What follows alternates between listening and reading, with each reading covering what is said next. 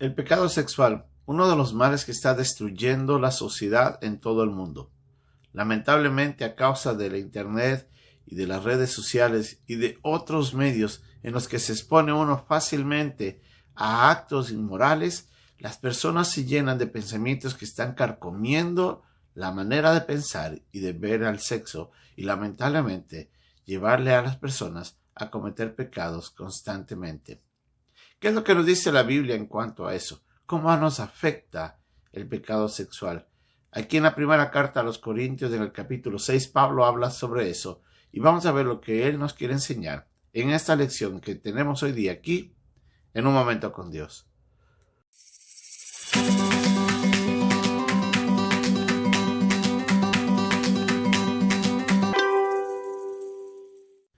Como mencionábamos anteriormente, Corinto era una ciudad que se encontraba a la orilla del mar. Era un puerto muy importante, uno de los más importantes que conectaba el norte y el sur de Grecia, pero también entre Roma o Italia y todas las provincias que se encontraban en el Asia. Así es de que era un puerto con mucho tráfico, haciendo eso que lamentablemente era una ciudad que también, por ese mismo hecho, tenía mucha vida nocturna y entre eso, lamentablemente también, la actividad de la prostitución.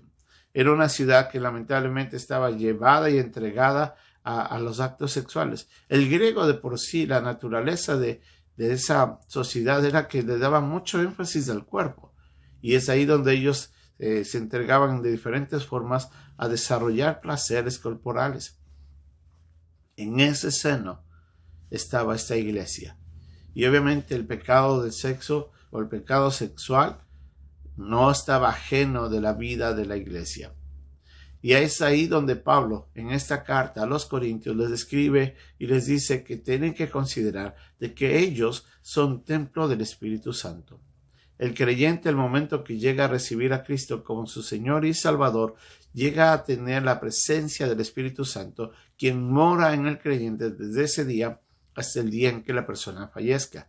Así es de que cada persona que está en cuerpo creyente tiene a la persona del Espíritu Santo consigo a todo lugar donde va. Y le recuerda de que deberíamos glorificar con nuestro cuerpo a Dios en todas las cosas que hacemos. Pablo, comenzando en estos versículos del capítulo 6, les dice que todas las cosas son lícitas, pero no todas nos convienen, haciendo referencia a que la relación sexual en sí misma dentro del seno del matrimonio es lícito, es más bien es un regalo dado por Dios para el deleite de la pareja en la intimidad del matrimonio y solamente en el matrimonio. Pablo les recuerda de que eso es lícito, pero lamentablemente ellos estaban usando algo que había sido dado por Dios para usarlo de una manera inapropiada. Y les dice, no tengo que dejar dominarme de algunas cosas. Y entre eso les dice, les habla sobre el pecado sexual. ¿Qué es lo que estaba pasando? Todas las cosas me son lícitas, mas no todas me convienen. Todas las cosas me son lícitas, mas yo no me dejaré dominar de ninguna, decía Pablo. El pecado sexual tiene un gran problema. La persona en sí está formada, como habíamos visto, de tres partes o tres elementos: el cuerpo, el alma y el espíritu. El alma y el espíritu son dos partes inmateriales, pero el cuerpo es la parte física, la que se relaciona con nuestro medio ambiente.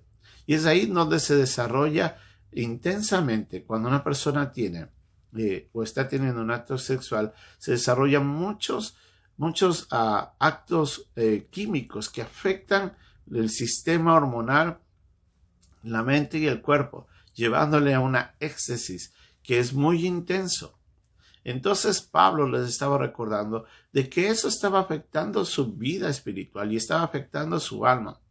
El problema que existe en el acto sexual fuera del matrimonio es que es un acto que en ese instante genera un gran deleite, un deleite temporal muy intenso que afecta a todo el ser.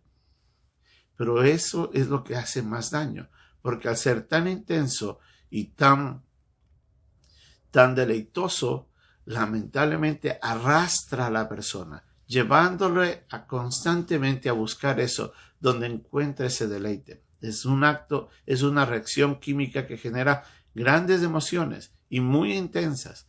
Y eso es lo que genera el gran problema.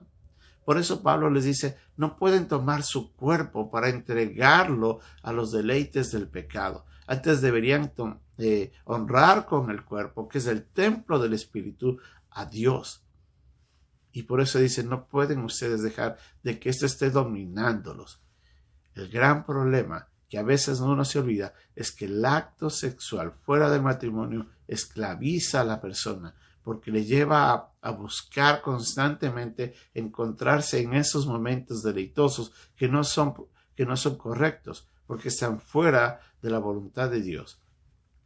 El acto sexual es un regalo de Dios para el matrimonio y solo para el matrimonio. Pero cuando se lo saca esto lícito fuera del matrimonio, es donde hace mucho daño. Actualmente nosotros tenemos muchas manifestaciones del pecado sexual.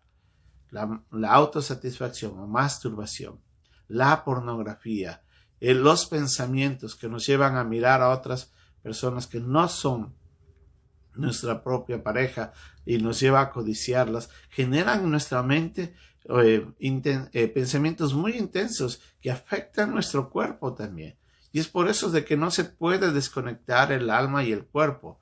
Y es por eso que Pablo le recuerda, tenga mucho cuidado. Su pensamiento de que el pecado sexual solamente afecta al cuerpo no es cierto. Eso afecta a todo su ser. ¿Qué debemos hacer? Tenemos que huir de esas cosas. Tenemos que alejarnos por completo. Usted tiene que buscar la ayuda de Dios sobre todo y pedirle a Él que le dé la capacidad para vencerlo si usted ha caído en ese pecado.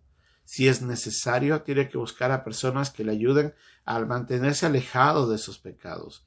Personas con quienes pueda confiar y que le lleven a mantenerse en un estado de rendición de cuentas en cómo está actuando y qué tan cerca está. Identifique las áreas o los momentos en los que usted es más propenso para pensar en esas cosas y aléjese.